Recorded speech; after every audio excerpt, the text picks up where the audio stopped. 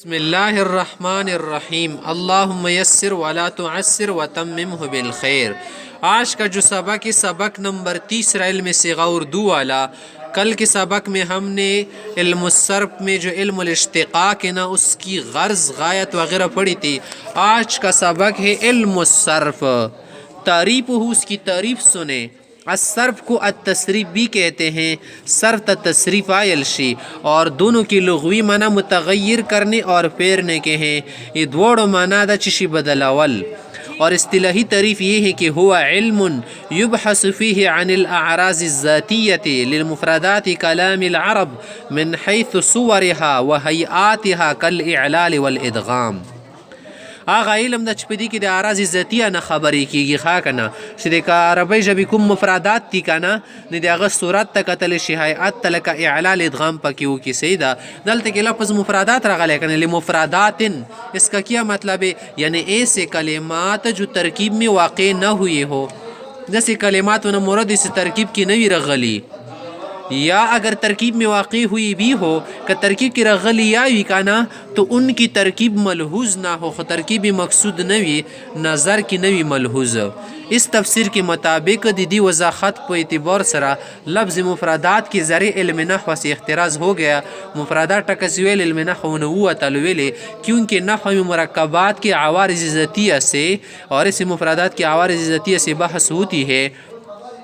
په نحوه کې د مرکبات و داسې عوارض ذاتیه نه بحث کی اور داسې مفردات و عوارض ذاتیه نه بحث کیږي جن کا دوسرے کلمات کے ساتھ مرکب ہونا ملحوظ ہو. سنور کلمو سره د هغو ترکیب ملحوظ وي. صحیح ده.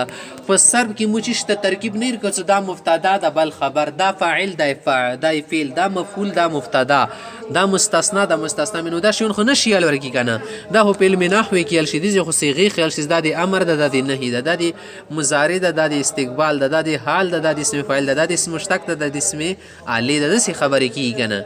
کلام العربی توی کنه منا جمع جبی نو تعالی نور. صحیح ده. اگر محض صرف عربی کی تعریف مقصود ہو اگر صرف دیربئی صرف ولت تعریف کول غوړي طریقې دوسری زبانوں کے علم صرف سے احتراز ہے.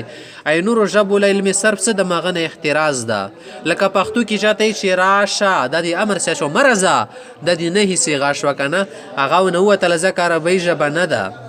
اور مطلق علم صرف کی تعریف مقصود ہو تو یہ قید اتفاقی ہے. کبھی تو مطلق علم صرف خبر کے بدا قید اتفاقی دا اخترازی نہ دا. من حیث صور ویلو کانا صور صورت ان کی جمع ہے. صور دی صورت جمع دا. حیعت کو کہتے ہیں شکل تلشی. اس قید کے ذریعے علم لغت سے احتراز ہے. علم لغت نے احتراز کڑا دا کیونکہ اس میں مفردات سے بحث من حیث الوضع للمعانی الجزئیہ ہوتی ہے. آکے سے بحث کئی کانا دیدی بور سرکی اس دا ٹکا چشی دا پارا وضع شوا دا اندی معنی پہ اعتبار سره کیږي. صحیح ده که نه. نه که من حیثو صورت پہ اعتبار سره کی بحث نه کیږي. نیز امده شانده نیز معنی امدی شانده اسی قید کے ذریعے اندی قید پر ذریعے سرا علم اشتقاق سے بھی احتراز ہے. علم اشتقاق نہ ہم احتراز کی کیونکہ اشتقاق میں مفردات سے بحث من حیث الجوہر ہوتی ہے. په اشتقاق کې د مفرداتو نه بحث کیږي د خود جوهر په اعتبار سره کیږي کنه مادي په اعتبار سره کیږي. جیسے کہ گزر چکا مخ کې تیر شوالو نه کې من حیث صورت په اعتبار سره نه ده.